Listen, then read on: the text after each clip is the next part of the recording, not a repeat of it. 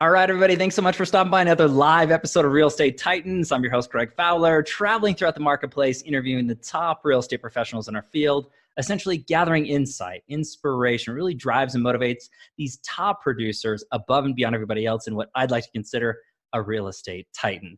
Now, our very special guest and featured titan today, all the way from North Carolina, Leigh Brown. Leigh, it's an honor. I cannot wait. Thank you so much for taking the time. Hey, Greg, it's an honor to be on your show. And in fact, I'm so honored I'm actually wearing my reading glasses, even though I'm super vain about it because I can't see my notes otherwise. So for all your friends who are used to me, there's my normal me, but I can't see anymore. Damn it, middle age. The commitment, Leigh. We can all feel that energy. So it's just, it's awesome. And seriously, I cannot wait to dive in and just share you with everybody out there. I mean, we had a little bit of dialogue before we went live and I was, oh gosh. Yeah, we should have recorded the beginning. It was really good. I wish we did. You know what? It's going to be even better now. So if you're ready, Leigh, let's just jump into the series of questions. I want everybody to get to know you deeper, personal, professional, the whole nine.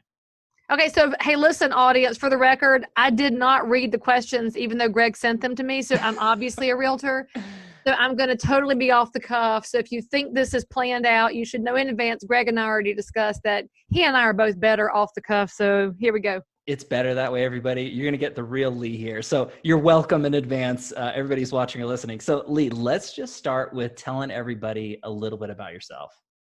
Well, let's see, Greg. I'm from Concord, North Carolina, established in 1796. We are very old and famous. In fact, my city's older than your whole state, which I kind of love that. Oh, that is that amazing. Right? It burns Colorado a little bit. It makes us feel young, but I guess. It doesn't burn y'all right now. It's cold out there. But yeah, I am 20 years in real estate, so I am halfway to Realtor Emeritus. Whoop, whoop. Wow. And if you're a listener to this show and you're not all dialed into Realtor World yet, you should know that Realtor Emeritus is 40 years in the business and they get a really special pin with 4 rubies on it. Mm-hmm.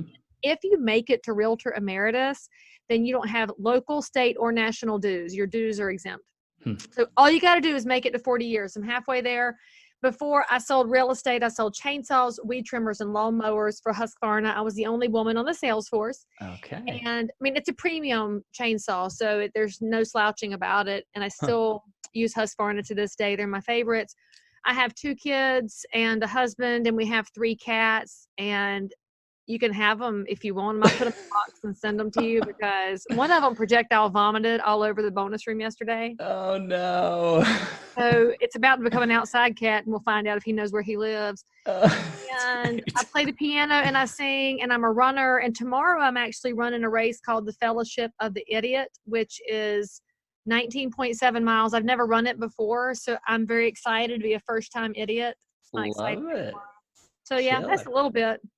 Yeah, well, I was going to say that's given everybody a little bit of information about you. And I wasn't sure what you were talking about when you're projectile vomiting, if it was the kids or if it was the cats. That was a cat. Yeah, so I have 2 teenagers. If they projectile vomit at this point, I've got to go check the liquor cabinet. But luckily, my kids are band and chorus kind of people, so they're way low on the totem pole, for which I am eternally grateful. Oh, I love that. Well, Leigh, this is great, and with chainsaws and sales, and then accomplishing what you've done for 20 plus years in the real estate industry, I want to rewind a little bit. Why real estate in the first place? What were you thinking about, and what was your progression of your career to today? Hey, so look, my dad became a realtor in 1978, so he is a realtor emeritus, and of course, as a kid, I'm going to open houses, I'm doing flyers, I'm in the office all the time. And like every kid of a realtor, I'll never do that. And then, of course, my dad made me get my license just in case. Well, after college, I was a bartender because that's how I paid for college.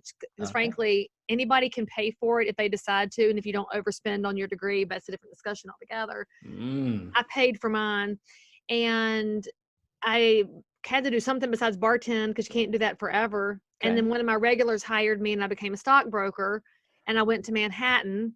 Wow. And it's going to be crazy and hard to believe, I know, but I sucked in Manhattan because with this voice, people deduct 100 IQ points. And so I did not belong up there where the Yankees live. And so I left there and I was driving by the headquarters for Husqvarna, which are in Charlotte. Their North American headquarters are here. And I said, well, my daddy has a Husqvarna. And I drove in and I asked if they were hiring and the sales manager hired me.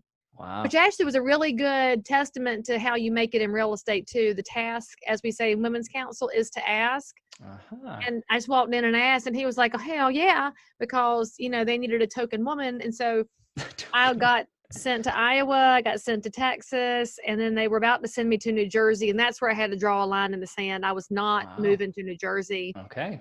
And I called my daddy, and I'm like, I don't want to, I didn't like corporate life. I mean, you're under somebody else's rules, and you're going to move when they say move, or you're done.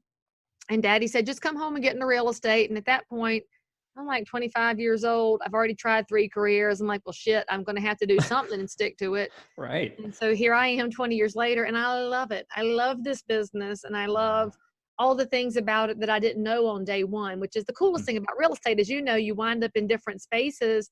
Right. I didn't know there was a speaking space and a training space and a coaching space and a brokerage space, because when you first come in, you're just in that, I got to survive, I got to sell something space. And that it evolves, and it's amazing about our business.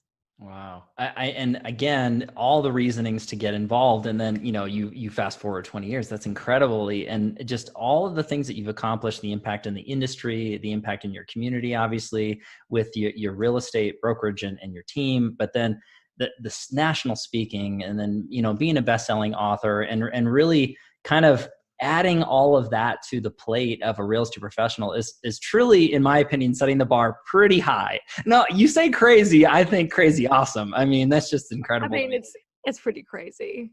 Yeah. But I have a hard time saying no. So I just load my own plate up to the point where I melt into a curled up ball in the corner of the room, crying myself to sleep.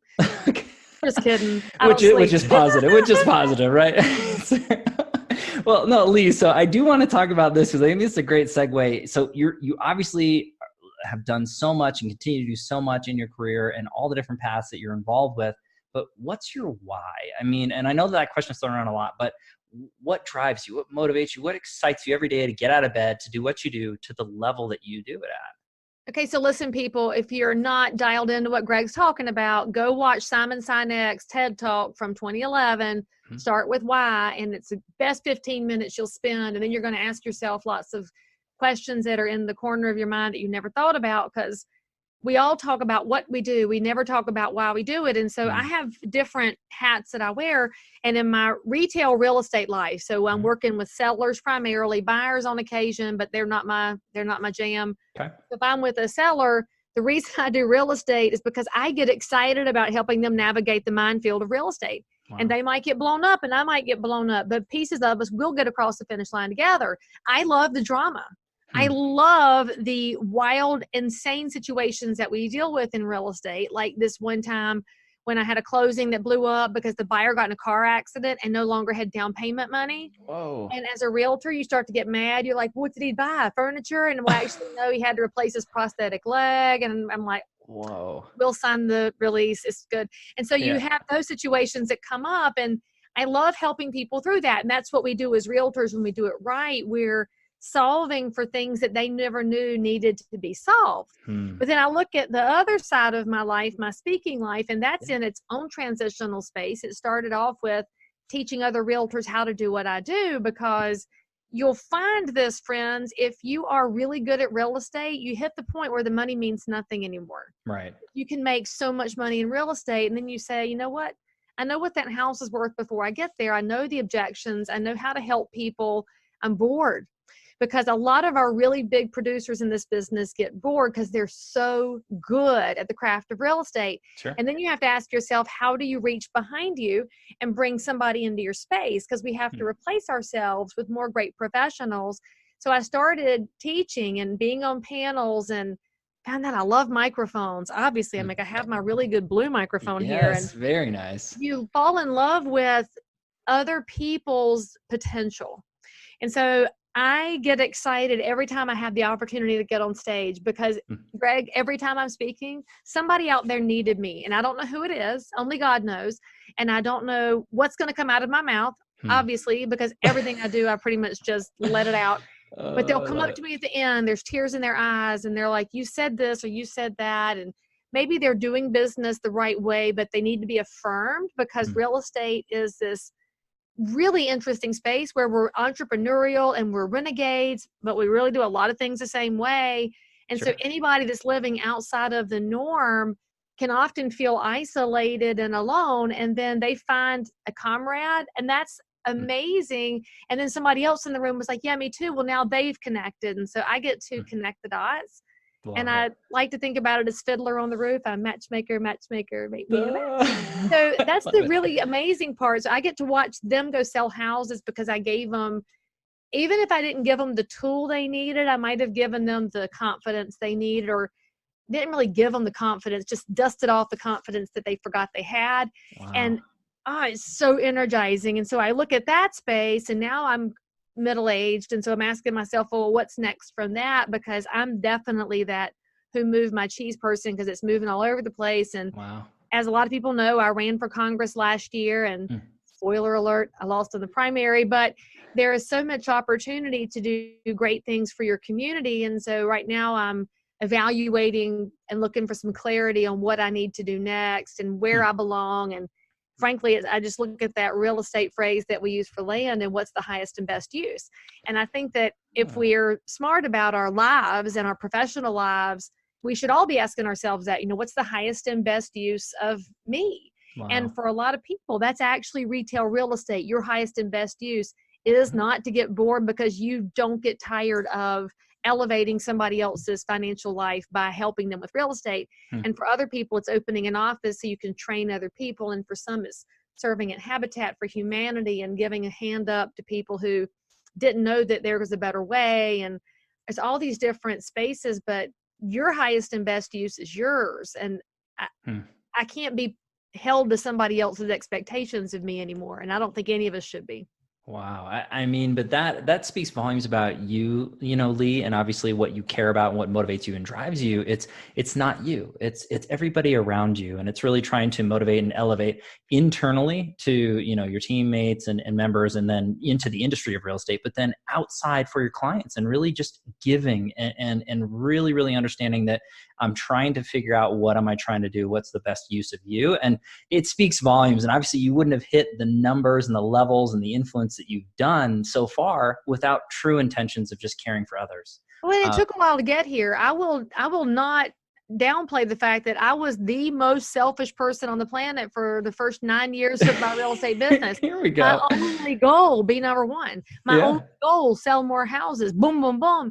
And I didn't cross the ethical lines, and I wasn't doing any shady things, but it Right. was just drive, drive, drive, to the point where I didn't give a shit that I was making my receptionist cry every day. Wow. And I was like, finally, like, why is Mary crying when I walk past her? Like, well, you didn't stop and ask her how her family's doing. I'm like, I'm here to sell houses. I don't give a shit, I know. because all of my D was in charge and the rest of me wasn't nurturing other people. And you have to nurture other people. And it was during the Great Recession when I had to dial it back, Hmm. because you go to these listing appointments and people are a wreck, and you Yeah. suddenly realize that, I mean, I might or might not get paid here, but damn, their Wow. life is in shambles, and I've got to help figure out solutions. And so it was 2009 when everything for me shifted, and I got to number one. So I had the money Okay. and I Yeah. had the success, and it's empty as hell. Hmm. And we really don't focus on that a lot because it's obviously not motivating. Brokers Right. want their agents to sell more. So why would you tell somebody to put the brakes on? But Sure. I mean, not everybody wants to sell 100 million in real estate, because at some point you have to ask yourself, what's going to be on my tombstone? What am I doing here? I'm Right. missing out on stuff, and I'm not the best version of myself. Hmm.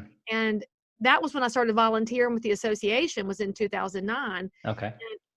that was what got me out of Selfish Place. I got into volunteering and doing things that I didn't know we did as realtors. And remember, I'm a 9-year realtor. I'm number one in a 10,000 agent marketplace. And I didn't know we did government affairs. I didn't know we had Hmm. pro standards in education, because I didn't care about all those people at the board. I'm just selling houses. Wow. But I got down there and I'm like, damn, these are amazing humans. Hmm. They're really doing good things in real estate. I can learn from them. And so Hmm. it opened my mind. And as I like to tell people, there's things that you can't unlearn. And I couldn't Hmm. unlearn what we do as realtors. And so when I started seeing other people for being better than me, and giving me something to want to emulate, then it was a ground shifting for me. And I feel like I've been a different person since then. Oh, wow. And I've worked really hard to patch up any of the people who thought I was a raring bitch back then, because they just didn't know I was just a straight up driver. I wasn't being ugly. I didn't lean on the best parts of myself. So sure. Well, you were in a part. Shift. Yeah, well, I agree. We all have to evolve. Hopefully you evolve in a positive way, and you are where you are right now, and you're going to be a different person a year from now. You're going to be a different person 10 years from now. Hopefully, right? Hopefully in a good way. And you're always becoming that best version. You had mentioned getting involved, and, we had talked about it previously, but I would love for you, if you're comfortable talking about RPAC.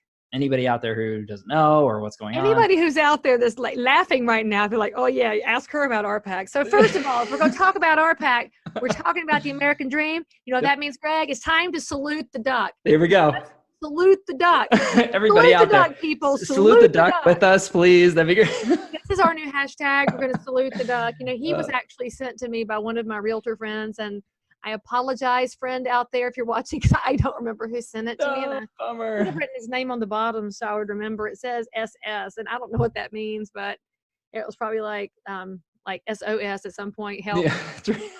But that is this most expensive jewelry that I wear. And I'll tell you that when I first found out what RPAC was, it was not explained well, because in 2009, I got a phone call from a volunteer at the board who said, Leigh Brown, give us $99 for RPAC. And I said, why? And they said, cause you ought to. Oh. And that was the extent of it. And I'm like, all right. I mean, I'm making a lot of money in real estate. Y'all can have your $99. Please stop calling me. Right. Unless you don't sell my listing. Right. And then that was when they added me to I got voluntold to the Government Affairs Committee. I got appointed. And so I said, I'm going to go find out what that is. Well, I've always been a political junkie. I love politics. I love reading policy. I'm very much a wonk. And so I found out there's this major amount of work that we do as realtors on the advocacy side. And I didn't know about it, but I'm just out there cranking listings and cranking buyers. And most of our members don't know. And right now it's 2020. So if I say the word politics, they immediately, if they're dialed in this much, they're angry because they're like presidential politics. That's not what I'm talking about. When we talk about RPAC, it's the Realtors Political Action Committee. And the Realtors Political Action Committee is doing the work that would have been done if there were a National Association of Homeowners, but there's not one. There's just us. And so we're the ones in City Hall saying, your zoning sucks. And right now, Greg, throughout the country, crisis with affordability, major crisis. And I like to fight with facts, because you don't fight fires with feelings, you fight fires with facts. I love that. And the elected officials in a lot of these markets would love to blame builders and developers. Y'all need to just build more and build cheap stuff. Well, let's talk about that for a second, because cost of labor has gone up. Right. The cost of materials has gone up. But the thing nobody wants to talk about is the regulatory burden is out of control. Wow. So in the state of North Carolina, we're still an affordable state. We're nothing like California or, God forbid, Boulder. I mean, what's the average price in the center of Boulder? Is like 1.2 million now. A normal person has to drive way the hell in to get a spot. And what's Boulder done? They've shut down Airbnb, so there's no short-term housing. They've shut down new construction. They've shut down density because not in my backyard. And so it's funny, the people who claim to want to look out for the little man the most are the ones doing the most to keep the little man out of their backyard. But that's a different discussion. And so North Carolina, let's go back to my affordable state. Yeah. Average new construction house is going to run around the $275 mark. Of that $275, $48,000 is attributable to regulatory burden. Wow. And somebody's like, well, what does that mean? I'm like, permits. That's bad zoning. So there's towns in North Carolina where builders have to do one house per half acre is the minimum. You're never going to solve affordability when you drive up the cost of land like that, and you drive up the cost of housing. And we should be looking at duplexes, triplexes, quadplexes. Well, how many municipalities have rules against multifamily housing because they're thinking it's all ghetto, government block building? It's not. It's really smart use of land. And it also, think about affordability. You have a single mom with 2 kids. If she buys a duplex, she lives in one side, rents the other one out. it's going to subsidize her housing payment and provide housing for another family. Right. It's the best solution. But regulatory burden shuts that down. And then you have neighbors that go to town meetings and say, I don't want that near me. Well, elected officials are stupid and they listen to the two squeaky people in the city council room. But when we talk about realtor political advocacy, one of the things that we do is make sure that realtors show up for meetings. And I'm of the mind that says when 4 realtors show up wherein there are, this happens every time. Your elected officials look at each other like, why are the realtors here?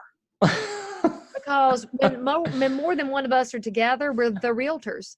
And they know that there's thousands and thousands of us in every market, 1.4 million nationally. And we're there to say, that doesn't make sense. Sign ordinances. You've got New Jersey, the realtors just shut down in committee. So this is what's important. Okay. A lot of the political work we do is not in the papers because we are proactive because we're realtors, we're busybodies, and we eavesdrop. But if you're waiting for something to be on the floor of the Senate, it's not going to get solved there because that's when your elected officials start grandstanding. Wow. So anyway, in New Jersey, they were bandying about this idea that all sellers should have to mitigate lead-based paint, lead in the soil, and lead in their water before they could sell. Now think about how the government's gotten involved in lead-based paint, which was last manufactured in 1978. Right. You'd be looking at somewhere between $50,000 to $100,000 per house. Now look at the housing stock in New Jersey. It's primarily older housing stock that's going to have all those issues. And you've got people that are fixed income. They've lived in these houses for years. They don't have $50,000 to $100,000. And so what happens is it rolls into the cost, which means buyers are now restricted from what they can buy and sellers can't get out of their houses. And it was the realtors who saved that. Not that we're against good environmental decisions, but that's a property rights thing. It should be between the buyer and seller to decide how critical that is and how do you solve it. And so we got that handled in committee before it became a big issue. That's why I'm involved. Wow. Because I know that if I'm not involved, then this is at risk. Right. Because we are the American dream. And in fact, I'll give you the stat that gets to me. There's 2 stats that get to me. The first one is this. The average renter in America, by the time they retire, has saved between $5,000 and $7,000. That's it. Because if you're renting, you're chasing that payment for all these years. And so your housing cost continues to rise, may or may not be commensurate with your wage increases. The average homeowner, when they get to retirement, has $200,000. Now, granted, it's illiquid and it's in their real estate. And it's why I don't like it when we as realtors talk about building wealth, because $200,000 is not wealth. Right. But what that $200,000 means is financial stability. They're going to have a chance of surviving without having to go on the dole until they are dead. And that's important. Because not everybody wants to be a greeter at Walmart, and not everybody wants to have to work until they drop.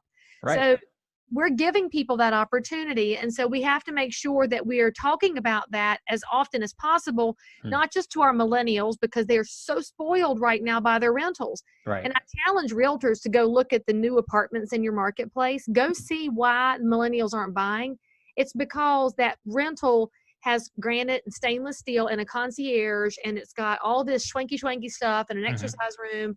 And then they take that same monthly payment to buy a house that's got laminate countertops and popcorn ceilings and carpet, and they're like, Right. I mean, yeah, it's mine, but bleh. And so they stick with their schwanky rental. And so we have to overcome that cognitive dissonance that HGTV started and that our new apartments have completed. Wow. But the other thing I want us to consider outside of millennials is if we look at some of our constituent groups as Americans, the American homeowner rate right now is 64.1%. Okay.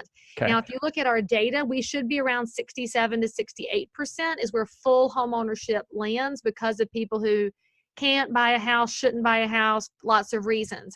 Okay. And the highest we were was at 70%, and that was during the Clinton administration when we all know the money was too loose because the government was forcing loans, and that's why you had a large segment of the population that got foreclosed on because they weren't financially ready for home ownership. And so we don't want to push people where they don't belong, but we've got a gap right now, and that 3% is a lot of people. But know this, the African American home ownership rate, 42.6%. That's a 22-point gap. Wow. That's not right. It's not that African Americans are less qualified to buy houses. why is there that gap? I believe a lot of it is education. Hmm. And are we reaching people in a way that says, if you're not there today, let me help you get there, so that we as realtors have to be that long-term solution provider. Hmm. Because if we leave a large segment of the population in rental, not because they can't own, but because they don't know it's possible, Right. then we're keeping people from financial stability. And so I want us as realtors to Hmm. remember our political advocacy work is not about lining candidate pockets. It's about doing the research and knowing the data so that we can take that information to our own communities and say, hey, did you know this? And what can you and I do together to make it better? Hmm.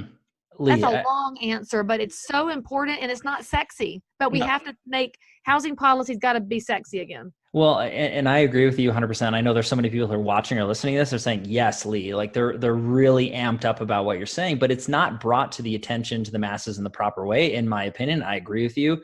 So when it comes to getting involved, because it starts with obviously you as a professional, as a real estate professional, and then bringing it to the markets and segments. And that's how word gets out. That's how education gets out and further in the masses. So what would you say to anybody through Leigh Brown? What would you say to anybody who's watching or listening to get involved? I mean, what is it?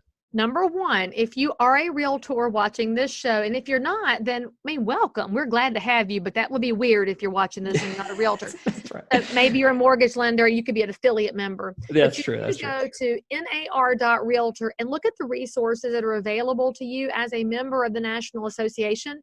This is one of the things that I didn't know was available, and I haven't leaned into nearly as much as I should have over the years. Okay. But you can pull down lots of data research. We even have an account on Pinterest, Instagram, and Twitter. It's NAR Research.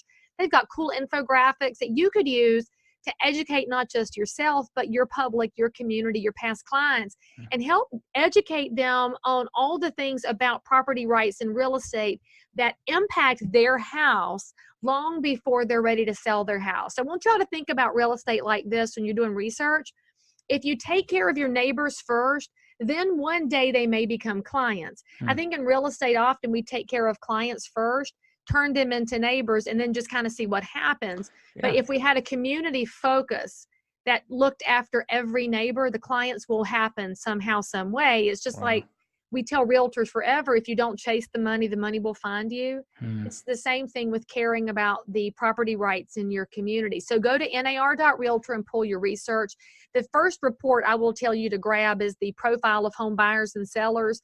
It's released every year. It is massive amounts of research on the demographics of home buyers, on their practices, and on their habits, and how do they find their realtor, and would they use them again, and lots of things you can find out. In fact, I'm always tickled because you can find out who's buying houses. And the fastest growing group of home buyers right now is single women. Interesting. But if I go to most real estate websites, I can't find a single woman buying a house. It's that same white couple in front of a front porch holding the FSBO sign. And I still don't know why y'all are using that stock photo. Why y'all putting the FSBO sign on your websites? But if you work with people of color, how come you don't have somebody of color on your website? Well How come said. you don't have any old people? Where's your single woman? Where's your gay couple? I mean, be the Benetton ad, because I imagine y'all serve them all. And you should demonstrate that with your marketing. But the report will tell you who's buying, and then you can be a part of that solution, because you always got to remember that you might not be somebody that looks at quotas and you don't look at diversity from a visual standpoint, but that's how the world operates. And you need to understand that there's people that are looking for commonality, so provide that. So that research report will give you tons of info on that. I loved some information. We have the best research analyst ever at our organization. We have Dr. Lawrence Yoon as our head economist. He's where I got that data on what savings people have at a lifetime of renting and a lifetime of owning. And you get to know these things, and it makes your argument stronger. Dr. Jessica Louts was doing a presentation yesterday at an association where I was also a speaker. She was talking about the impact of marijuana on real estate. So maybe you live in a market where marijuana is not legal yet. You could research now, because there's states where it is, like Colorado, and it's created an entirely new world of real estate education, because now you have a crop that's not federally legal to sell with real property, which is. And so you have to manage all these impactful things. And how do you sell a business, and it's craziness. And so you should do the research. That's step one. Right. Now, step two is at your local association of realtors. Okay. And look, right now you're rolling your eyes. Like, I ain't going down there. They're boring. They're terrible. They don't listen to me. They're stuck in their ways. Blah, blah, blah, blah, blah.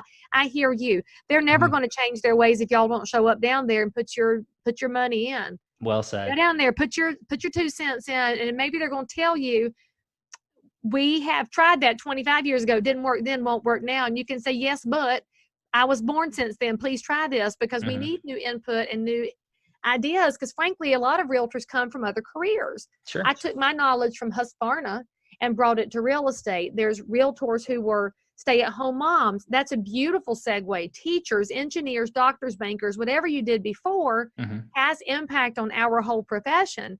And so when you get involved in the association, you have the ability to impact policy and impact the membership in really giant scalable ways. Wow. So if you're going to volunteer at the association, my suggestion is always to do what matters to you. So if you love education, volunteer in professional development. And if you are on fire for professionalism and realtors need to behave better, you need to do professional standards and grievance. And if you love to balance your checkbook, for the love of God, you should be on the audit and budget committee, not most realtors who don't math. And so the three of you out there that math, please be on our numbers committees. And then those of you that are like me and your radar is up for politics and you dig these advocacy things and you're like, Leigh Brown, I didn't know that about African-American home ownership and I want to solve it. You need to be on government affairs committee or fundraising for the Realtors Political Action Committee. And I will tell you, it's worth your time. I promise you. You're having brokers out there that say it's not worth it because it takes you away from selling. And do I sell fewer houses because I volunteer? I am sure that I do, because I do have limited hours in the day, but I've got an amazing team. They're better at real estate than I am. And so they take great care of our clients. I still sell some houses. My volume is lower than it used to be, but I still make an amazing living in real estate. But now I get to impact millions of other people's lives. I will take that as a trade-off all day long. And the way I got here, y'all, is by volunteering locally. Government affairs, I volunteer at my state association. I volunteer nationally. I became a speaker not because it was about me getting Leigh Brown out there, but because I can be impactful. And so I've also done a lot of blend of my volunteer life and my educator life, which I wish more speakers would do, that they would get involved here because they're in front of our members. And that if they would just remember they're covering a lot of angles, we can all get way more powerful. But I can't stress enough that it's daunting and intimidating to volunteer with people who've volunteered as career people for 30 years. And if you get lost and don't know what to say, you can message me and I will help you. I will find you a mentor. I will get you connected. Although frankly, you could do that yourself. But if you get lost and confused, just reach out to me. I will be that person for you. There's so many people in this association. They are my best friends. They are my confidants. They are my brain sisters and brothers. And I didn't know them before I volunteered. And so I closed 43 agent referrals last year from around the country. And that was gravy in my business. And it was really good gravy. Sure. They're not sending me referrals because I'm the only realtor in North Carolina. They're sending me referrals because they know who I am and what I stand for. Wow. And volunteering gives you a chance to demonstrate that in a way that's not just about humble bragging about your volume, which means, Greg, can I please tell your listeners, would y'all please stop humble bragging? Would you please stop taking your awards and holding it up and say, I'm just so humbled to have won my award. Instead, salute the duck. Salute that duck. You humble brag, you salute the duck, and remember that as a realtor, you are the cornerstone of home ownership. You are the American dream. And you bragging about your volume doesn't do shit for making people come to you. Well said. Well, and then some, Leigh, I mean, this info, I need to salute you and the duck at the same time. Salute the duck. Because Leigh, everything you're saying should be resonating loud and clear with the viewers and listeners of this particular episode. And I think that it's incredible, the passion that comes out of you. And again, there's so much opportunity. And you said it here too, Leigh.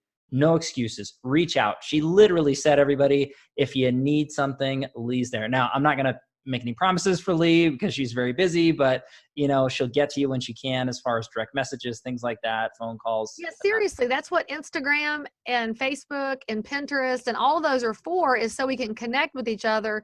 I do answer my own stuff. Now, it might take me a hot minute, Sure, but I will get to you. And if I don't know the answer, I will find somebody who will, because that's how I became successful in real estate, frankly, is if I didn't know the answer, I could find somebody who did. And that's why a lot of y'all are successful. That's your cornerstone, is finding the connection. Okay, well, Leigh, and I think that's a beautiful segue into this next question. And this is a crowd pleaser, this particular series, because everybody who tunes in, they want to learn from the Titans. They want to understand how they've grown their business and success. So if you could look back at your career thus far and pick or choose one or two things that you added to your business that took it from one level to the next, what's that look like for you, Leigh? I know this is going to be wild and crazy. Let's do it.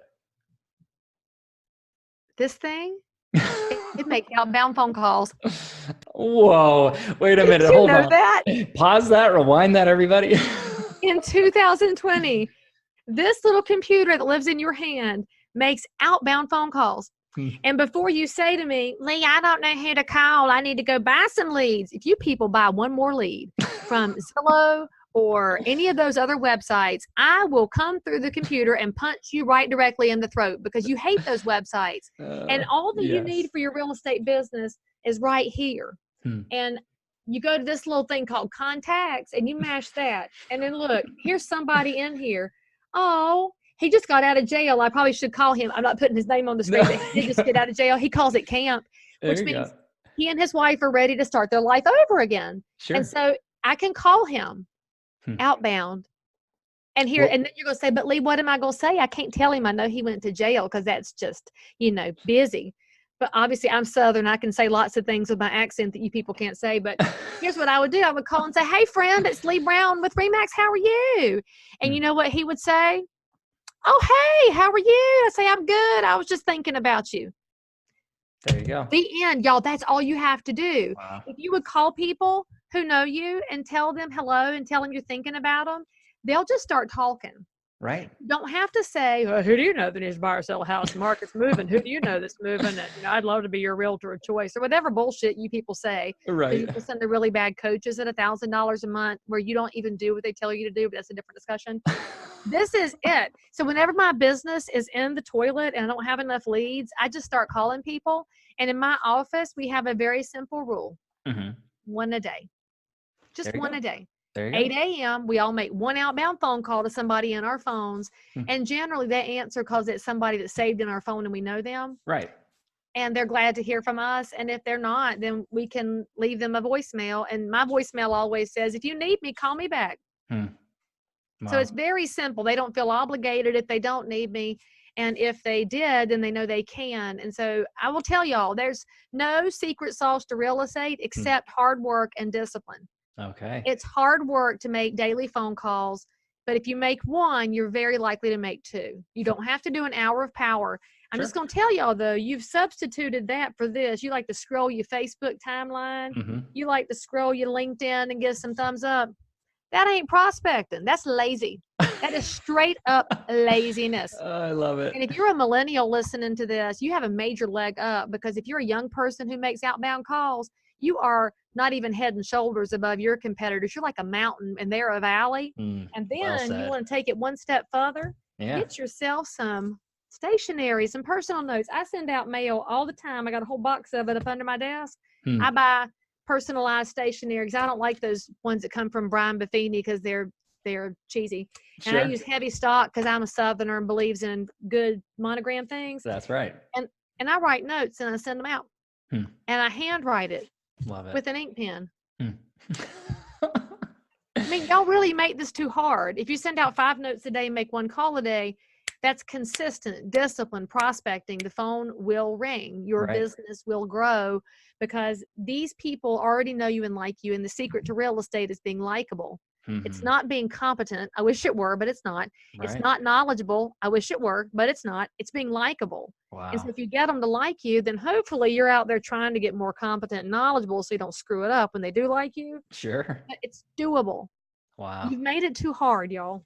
Leigh, I mean, the fact that you had mentioned that to me is looking at it from the basis of this should be basics. This should be what every professional is doing, but they're not. And that's a really sad reality in the situation, as you just stated. And a buddy of mine said this years ago. He said, true professionals never leave the basics, because everybody's saying, get back to the basics, get back to the basics. The true pros never leave it. It's So so true. you hit that right on the head, and I think that's beautiful for everybody out there. And if you're not doing what Leigh's saying, please listen to this. This is sound. Don't be lazy. Stop it. Get off your dead ass and make a phone call. Stop scrolling and start working. So I think that's huge stuff into it, and big takeaways into that. Now I want to shift gears. This is actually the tricky part of this particular series and interview. It's the challenge question, Leigh. So I just want to preface this as I ask everybody the same question the same way. We all deal with challenges in our lives. No one's exempt, right? In the past, now, or into the future, we're all going to have struggle, hardship, whether it's personal or professional. So if you could share a challenge that you dealt with, that you overcame, became stronger because of it, and again, not to downplay pain or sorrow, but really the learning experience. That's the most important thing to me, is what we learn and what we can grow from. So is there something that you could share with the audience, Leigh? Well, see, your audience, the ones that know me, they already know all my stuff because I'm like ridiculously transparent. It's embarrassing sometimes. But there's two big things I would tell that are big things. The first one is financial discipline. Okay. So my first year in real estate, I did not pay my quarterly taxes. Okay. And I sold houses. And so I got this bill from the IRS for $19,000. Ouch. I was 25 years old. Yeah. And I went, and I went to my dad. I'm like, Dad, what do I do? You know what my dad said? Because he's a realtor. He said, you had a good year in real estate, because that's the realtor response. Oh. You owed money because you had a good year. And I'm like, but what do I do? He's like, pay it off. Wow. My parents are not snowplow helicopter parents. They're suck it up parents, and I love them for it. Yes. And so I set up a payment plan with the IRS. And so for the next year, it was pay the IRS before I could pay myself. And then I still had to pay the damn quarterlies on the stuff I was selling. It was hard to get back to ground zero. And I swore I would never do that again. And so I will tell you that if you are having a great time in real estate right now, your ass better be stockpiling, because the lean times are going to come. Right. And when they come around, you don't want to get hamstrung by the IRS. And by the way, word to the wise, always pay your state DOR first, because they're more aggressive than the IRS. Wow. So pay the DOR first, then pay the IRS, but pay them. And the thing that I really think about now is I'm far more cautious about my spending, and I have been. So all my commission checks come in. I've got 4 bank accounts set up. Sure. 40% of every check goes into my business account. That's for anything business, marketing, coaching, whatever. 30% is my personal account. That's house and car and pocketbooks and whatever. Sure. 20% is my tax account. Thank you, President Trump, and the 2017 Tax Cuts and Jobs Act was a huge benefit to realtors. And if you're a realtor that's not incorporated, you need to make that happen ASAP if you're in a state that allows it. I know New Jersey doesn't, but most states do. Sure. And what you want to think about is your future potential, because you'll find accountants that say, do it later when you're making some money. If you're not incorporated, y'all, you're paying the 15% self-employment tax. You need to fix that and give yourself a raise right now. You shouldn't be punished for being an entrepreneur. And that's one of our political wins from the Tax Cuts and Jobs Act. The carve out in that act was for real estate, sub chapter S, and pass through corporations. And so you need to take advantage of what me and my people who do the work on advocacy, who spent the dollars and did the work, we got that carve out for you. So don't be wasting our hard work. Get it set up. You're welcome, everybody. Welcome, right? Because frankly, if you see somebody wearing a major investor pin, you should thank them, because they're carrying your water. The work that we do is not for ourselves. It is for 1.4 million realtors and every client we serve. And then the 10% is my tithe account, because the Lord is supposed to get his piece first. And if you're not a believer, I'll introduce you. I mean, I'm Jesus's favorite, but I can introduce you. If you don't dive into that, your food pantry, Habitat, your synagogue, some nonprofit in your community, you have to make a habit of giving, because there's so much exponential good that comes from living a life of abundance. And it's hard when you're paycheck to paycheck and your commissions are uncertain. But if you only give what's left over, there will never be leftovers. But if you give first, there's always enough. And so that's what happens with my commission checks, they are split up. Mm-hmm. It keeps my spending in line. And it means that I still have a good liquid bucket, which I'm holding for the next recession. It may be a year, 2 years, 5 years down the road. Right. But my biggest regret from 07 to 13 is I didn't have a lot of liquid to buy all the flips that, damn, I wish I could have bought them now because they're all worth a ton of money. So be fiscally smart. And in fact, one of your benefits you have as a realtor, if you go to nar.realtor again, I was on the team that helped build the Center for Financial Wellness. And it's a free member tool to help you evaluate where you are financially, how to help you plan for investing in real estate. And it's tools you can use with your clients too, but to help you think about retirement in a better way. Because in 17, our president was Bill Brown from California. And Bill's concern was that we have 30% of our realtor members don't own a primary residence. Wow. So he was stressed out about that. He's like, if they're not able to buy their own home, then how can they really help somebody else? We got to help them get there. Right. And so we want to help more members own homes and own investment properties because we're realtors. We know real estate, so we should be taking advantage of that.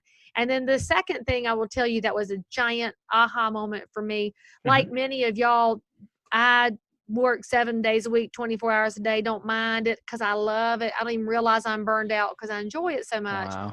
But my son, who's 13 now, has some medical issues and he had some birth defects. And 3 years ago, he had surgery and it went not the way it was planned. And so he was in ICU for a week. Wow. So I was away from my real estate business for about a month. Now, this is 2017, he had a surgery. Okay. And I had told my clients before the surgery, I'm like, Timmy's having surgery. I'm going to be out, no big deal. I figured it was, a week, but it wound up being a month. And so I was panicked because as a realtor, you think right here, you think it's always about you. They called me. No, they called somebody who could get a super key and unlock the door. Called somebody who could put a sign in the yard. And it didn't have to be you. They just called you first. So once you let your ego get out of the way and you realize that other people can and will help you service them, that was when I made a transition from, I really did appreciate my team before that. But after that, I knew that I couldn't just trust them. They're better than I am. They're a better representation of me than anything. And I called my office and I was thinking, oh my God, there's going to be so many things for me to handle. It's going to be devastating. And they said, man, the phones have been off the hook. And of course, I'm like, oh, I'm so sorry. I left y'all with all this, woe is me. They said, no, we got all that handled. As everybody wanted to ask, how's Timmy? And I was like, oh, people are better humans than I gave them credit for. Yeah. And I do think that there's more great people out there than we give credit to because we spend too much time in social media, which focuses on the worst instead of the best, because the best is not always on display. Sure. It's often it's right here under the surface and you get to see it in small doses. And so it was easy for me to say no after that point. So I've learned to say no to some speaking opportunities, and I've learned to say no to bad sellers who want to cuss at us. And I don't work Sundays, and Timmy has a concert tomorrow. And so I had an opportunity to show property, and I told the client, I can't do it. I can find you somebody else, or you can wait.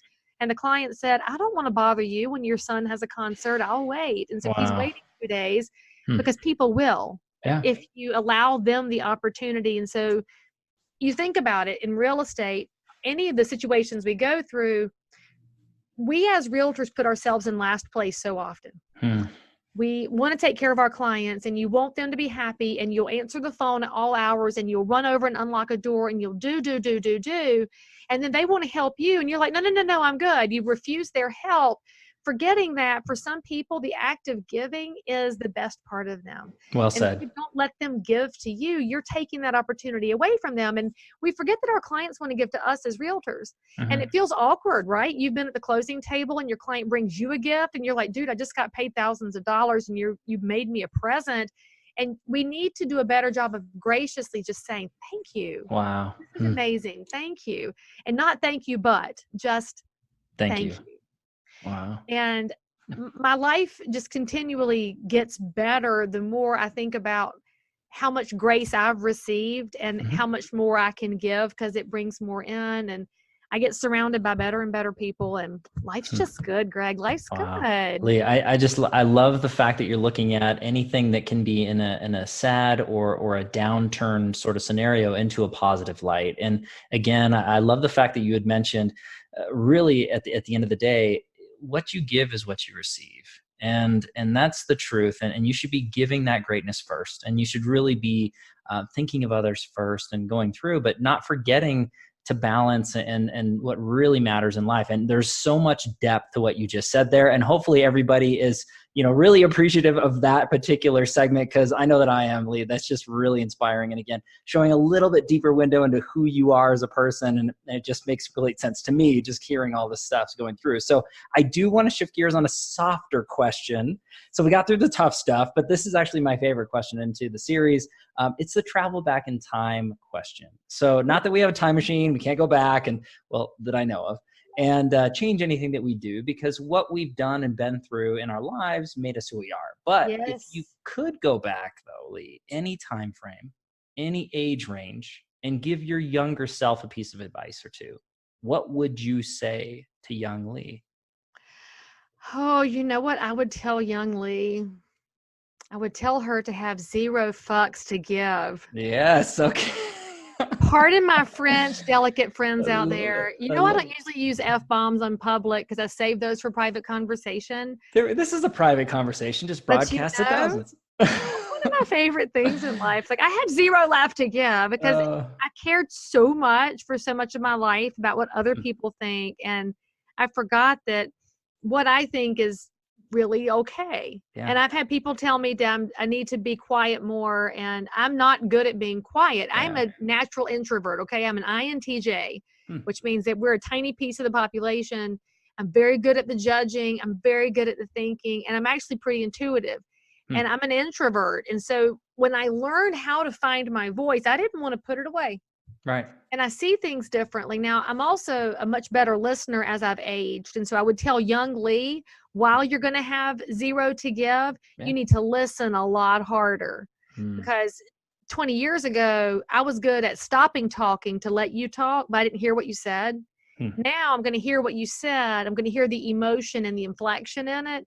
And I'm going to change my response accordingly. I didn't change it back then. I'm much better at adapting now. So I would just tell her to slow down and take people's opinions into account, to listen, adapt if you want to, but don't be afraid to say who you are and what you think. And right now, I think that's pretty important advice to give, because we're in a society right now where we're in cancel culture, and you're looking at Dave Chappelle gets yelled at for being freaking funny. I mean, I don't agree with everything he says, but it's funny, and he says it out loud. And you have what's his name from The Office, the British Office? What's his name? Ricky Gervais. Ricky Gervais, yes. Gets like attacked, and he's like super liberal, but they're calling him a conservative only because he fussed at Hollywood. And I'm like, this is like the weirdest parallel universe, because he can't say out loud things that people know should be said out loud. Wow. And this was very prescient to me, because I ran for office last year, and I had to come out of the closet. Sure. People know I'm a Republican now. So my gay friends all had a big laugh about that. They're like, welcome to our world. I'm like, I know, right? It's very painful when you have to tell people something they kind of already knew, but they didn't know till you said it out loud. Oh, wow. And I had to take all this criticism from people who suddenly wanted to reform an opinion of me based on the fact that I'm fiscally conservative and socially I'm pretty small government. I don't care who you're sleeping with, but it was wild and crazy to find that out. And I had to grow a thicker skin, even though I still cried every day because it was so hurtful. And it was just really interesting. But you learn, young Leigh, to find that the way you say things always matters more than what you're saying. Even though in today's world, the people on Twitter and Instagram and Facebook think that what you say matters more than how you say it. I still believe it's how you say it, which is why you make the phone calls and you send the personal notes and you have the lunches and the breakfast and the visits and you tell jokes and you laugh at people. And then when they cry, you cry with them and you hug them. And don't be afraid to hug people. Young Leigh, don't be afraid to hug people, because they need physical touch, because there's so much physiological health we're all losing out on by not being physical with each other. And I don't mean like, the Me Too movement kind of bullshit, but I mean, like, hug your friends. And it's one of the best things about realtor world. So if you're somebody who feels a little bit lonely and cast out in your office, come to a realtor convention, because all you'll see is people hugging each other, because we're all people and we love each other. So young Leigh, put yourself out there, own your opinions, own who you are in a nice way that's not hateful and ugly, and stop giving a shit if somebody disagrees with you, because they might not be right. Young Leigh just got a lot of advice and a lot of directions. She's going to have to listen hard. Young Leigh got incredible advice. And but Leigh, that's why I love this question, is because it's not just for young Leigh, because we can't go back, but we can affect today and we can affect tomorrow. And that's everybody involved. All that advice that you just mentioned to your younger self is applicable to all of us. And I love the fact that you were talking about, and I always broke it down this way, and I forgot who quoted this, but it's people will forget what you say, but they'll never forget how you make them feel. That's Zig Ziglar, the king of sales. There we go. But there's truth to that, right? So, I mean, focus on the relationships and not caring so much about what others are thinking of you and being the best version of yourself. I mean, all this true advice, right? Listening more than we speak, but not just listening and then moving on. But as you said, listening with intent to address that conversation. Not a lot of people do that. They're just listening, waiting for their turn to talk. And then they move on, and they're not really building rapport. They're not really building valued relationships, which is what this world is all about. And quite frankly, what this industry is all about, as you stated. The best part of us. Oh, it's the best part of us. I think it's awesome. And Leigh, I love that advice. So again, everybody, you're welcome that Leigh took the time. I mean, it's incredible. This advice just keeps going and going and going. Okay, I want to go on to the next question. And this one ends up being the education phase. So a lot of the viewers, listeners, subscribers, they want to know what the Titans are doing to feed their minds, how they're growing their brain. So if you could look back, books you're reading or have read, podcasts you're listening to, influencers on social media, how are you feeding your mind, Leigh? Okay, so it's probably just easiest to show your people who are looking at the camera. Okay, I am a big old bibliophile. There's my stack of books. Yes. I love that I've been sent books.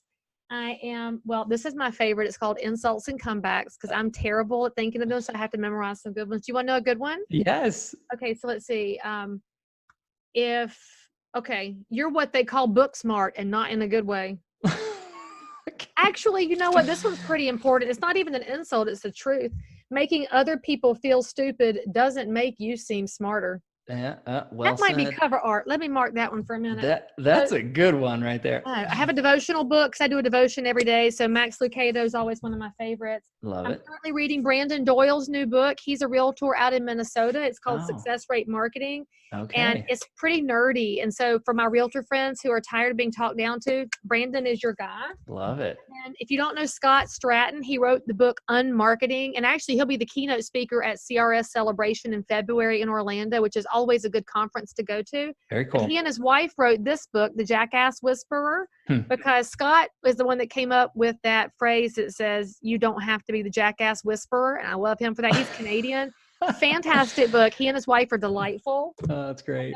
I am coached. I do coach realtors, but I have an entrepreneur coach, which is outside of real estate, because friends, you need to get out of your real estate bubbles a little bit from time to time. And I coach with Dan Sullivan. His program is called Strategic Coach. Wow. If you look into it, stick my name on it so I can get a referral. Thank you. Okay. But Dan writes a book every quarter, which makes him my freaking hero. And so this one is really impactful, because a lot of us have really big ideas and we try to go immediately put it into action. And Dan's whole thing is, having the idea is your job as the entrepreneur, but you shouldn't be focused on the how. You got to be focused on the who. So you should have somebody who makes things come to life for you, which I have Michelle and Lisa who do that with me, and they're amazing.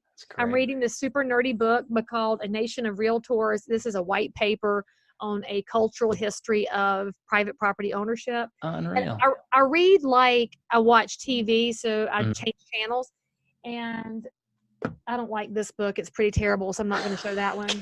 Strike that from... Right. This is my political man. This is Senator Tim Scott from South Carolina. I love him all to pieces.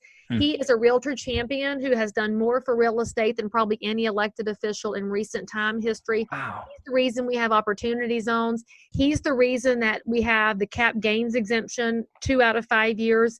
Instead of the proposal in 2017, which was 5 out of 8 years, you owe a debt of gratitude. And so to your clients, to this man, Senator Tim Scott from South Carolina, he'll be running again in 22 for re-election. We should all support him as realtors, because his business partner is Michael Sally, who is an amazing realtor himself in Charleston, South Carolina. And Tim and Michael have been business partners for a long time. Tim did insurance, but now, of course, he's a senator. And so Michael Sally gets to talk to Tim all the time and help us as realtors have a voice, and that's huge. Oh. But he talks here with his best friend, Trey Gowdy, who we know is retired from the Congress, and it's a book called Unified, and their unlikely friendship gives hope to a divided country. And so I love these men so much. How That's cool. And then I have some other shit over here I haven't gotten to yet. So that's what I'm reading right now. And Okay. oh, I am reading a really fun book called I Love Capitalism, because there's so much talk from so many people in the online space about socialism. And I don't think that our young people have the foggiest idea how many millions and millions of people have died in the name of socialism, which doesn't work, can't work. Only capitalism provides opportunity. So if you read this book called I Love Capitalism, it's a wonderful story and you'll feel uplifted. And that's what I'm reading right now. It's lots of things. I can't do anything in tiny things, Greg. It's always a million things. Yeah, but Leigh, I love the fact that you mentioned it. You're doing it like you're watching TV. You're changing the channels. You're constantly taking a piece here, taking a piece there, and what's relevant, but what's exciting and interesting to you, constantly learning and growing. Now, you are a published author yourself, Leigh. So I would love the audience to know a little bit about your, published works and things like that, and titles and where to get them. That's well, I told Greg I would have shown them, but I can't find one in my office. I think I gave away the last ones, but they're on Amazon. And if you're a listener, I did do the recordings on Audible with a friend of mine from high school who has a sound studio in his basement. Love it. So he let me record the books. And the first one was called Outrageous Authenticity. That came out in 2016. And basically, it's about learning how to find your voice and put your voice into your marketing and into your sales business. Because a lot of us are so busy trying to be what somebody else told us to be that we forgot who we are. And that's the best tool you have in your sales arsenal. So it's a 45-minute read, because I know my realtors. And I have heard it's an hour if you have a glass of wine. So just full disclosure. And then my second book came out in 2018, and that's called 7 Deadly Sins of Sales, which is more nuts and bolts for sales. Could be real estate, could be mortgage lending, could be anything entrepreneurial, but obviously it's mostly real estate because that's what I am. Sure. And it's broken down into a lot of the mistakes that we all make, plus some tips for overcoming it and some ideas for re-energizing your business and rejuvenating. That's also my most popular keynote. And so that's where that book came from. The other one just came out of my heart, needing to tell people to quit being what somebody else told you to be. Wow. And then my third book is currently in final edits, and we're negotiating with the publisher, and it's called Peeling the Onion. We took some pre-orders on it back in August, but this publisher thing is a pain in the ass. The other two books were self-published, and frankly, if it weren't for the distribution, I would go back that route again. So if you pre-order Peeling the Onion, it's still coming. If you want to get a copy, it'll be out sometime, because right now I'm at the whims of publishers. And so if you need to write a book, I probably need to do a whole webinar on the nuts and bolts of how to make that happen, because you could all do it. It's not that hard. It's kind of a pain in the ass, but it's a process. Sure. Like listing a house. You didn't know what you were doing the first time. By the 50th time, it's no big deal. Wow, that's incredible. And I'm going to have links in the comments down below so that everybody can, follow along and feed their minds the same way, and then pre-order and order the books that are previously published. I do want to continue down this path just a little bit more with podcasts. So you are a creator and a host of an amazing podcast, and I would love everybody. It's so much fun. And the Titan Nation should please subscribe and tune in. So could you tell everybody a little bit about your podcast, and then maybe some new news or some exciting news on the podcast vein? So exciting, because I totally forgot about this until I was talking to Greg about what's new. And then I was like, oh shit, yeah. So my current podcast is 3.5 years old, and it's called Crazy Shit in Real Estate. And it's just all the things that we go through as professional realtors, appraisers, inspectors, lenders, association executives. There's been some clients on the show, and they talk about the scenarios they encounter. And you think about what we do, our job is really fun, and it's insane. And nothing that we've seen was something you could have anticipated in pre-licensing class. So all of the episodes, except for one, are less than 15 minutes. The one that's long is with my friend Bill Brown, our past president of the National Association, after his double lung transplant, which happened in 2017. So I got the first interview post-presidency, post-double lungs. And I did have to clip a whole bunch of the pre-show out, because Bill has a salty mouth, which I love about him. And so we had to tone it down, because my show does have the big black E on the box, because I don't mind salty language, but it was hilarious. Anyway, it's fun to listen to. And if you are in Titan Nation and you've got some story you're listening, you're like, oh, Leigh Brown, I got something better, you should reach out and I'll have you on the show, because love it. It's my little passion project. And I'll tell y'all the little secret of it that people haven't really figured out yet. It's not just about telling stories. It's showcasing how professional realtors come through the scenarios that they come through, and how professional lenders handle things, and how professional home inspectors manage things, because all of the auxiliary businesses around us, they go through the same shit we do. Right. And the public thinks it's easy because on HGTV, they look at 3 houses and they sit down and the realtor makes them buy one. And there's never going to be a red velvet upholstered master bedroom ceiling, or a dead guy in an open house, or a porn shoot happening during a showing, or realtors having sex, or a realtor getting shown foreskins during a showing, which that was, I was like, what? And this last episode, you had a basement that had so much lint in it that it was like floating. It's just bizarre what we've seen. So enjoy the show. If you want to be on it, let me know. But if you subscribe, give me 5 stars, because I'm doing pretty good in Apple. But I'll tell you the interesting thing about it, Greg, is that the audience has shifted. So when I started the podcast, it was all realtors. It was all of my followers and fans. And then we started adding like lenders and stuff, because they want to be around realtors because they know we're the gravy train. Sure. But 3.5 years later, 70% of my listeners are consumers, which I think is fascinating. They're I love that. Tell me what you saw. They're like voyeurs, which I think is amazing. But that's good, because we're exhibitionists, and so it works out great. So anyway, that's my show now, and I really enjoy it. We're actually cutting a bunch of new episodes right now because we're moving to video, because I've watched how successful Joe Rogan and Dan Bongino are with their podcast on video. So mine's moving to not just audio. It'll stay on iTunes, but we'll move it into the YouTube space so y'all can look at my guests too, because apparently y'all like to look at things, and so we'll add that in. It's very exciting. They do, it's more engaging. There's something else. Now I have to wear lipstick when I cut my episodes. It's very aggravating. One extra layer. So, but Leigh, what's the big news, or what's the new thing that's happening? So can I put it? I can't add a graphic in here. I'll send it to you. I'll send you the graphic for it. Yeah. I'm starting a new podcast. I was going to start it last week, but then I got sidetracked because I'm a realtor. Yeah, and so maybe I'll cut an episode tonight. I don't know, but it's going to be called Real Estate from the Rooftops. Because as realtors, we need a place to get information. And I've already mentioned to y'all that housing policy is not very sexy, but it's really interesting and necessary stuff. Sure. And we need to understand it. And as realtors, you have pretty much 2 resources for news. You have NAR, which tends to be very much your 8th grade social studies teacher telling you the news like this, and it's not very engaging. I love us, but that's not our strength. Right. The other version you have is Inman News, which is essentially BuzzFeed, clickbait, a hot mess. Right. And so if you go over there, all you're going to get is somebody's opinion on things, and they may or may not have ever sold a house. So I said, you know what? Wordsmithing is my jam. And so I get the articles. I've got some conglomerations of what's happening with news. And I'm going to start a weekly podcast. It might be more than weekly if there's something that y'all need to know about. Sure. And I'm just going to go through the news and tell you what's going on. I'll give you the links so you'll have the information. I'll tell you what it actually means for those of y'all that don't read. I love you. I know you're never going to read the links, but I'll read it for you. I'll give you the news that you need to know to go make yourselves more powerful in real estate. And so I'm super excited that's great. to kind of be the voice of reason from this side of the street. Yeah, which is fantastic. And it's so necessary. And so Leigh, as soon as you have that information, please send it to me and I'll give it to the Titan Nation. Greg, you're the first one to know about it, because frankly, I had forgotten to mention it and hadn't cut one yet. So you're first. High five, Real Estate Titans. Y'all are getting an inside scoop. Yes. I'll send you the graphic here in just 2 seconds. Okay. You can even show the graphic. And then I'll stick it on Instagram, or actually you could stick it on Instagram and say, I beat Leigh to her own game. Love it. I'll cut an episode. I need to do one tonight. I was telling you, I have like 8 articles I need to give people some inside scoop on, because there's so much going down, y'all. And I will tell you that if you are halfway engaged with the news, you probably think the only thing happening is this farce of an impeachment trial, or as we call it, sham-peachment. It's bullshit.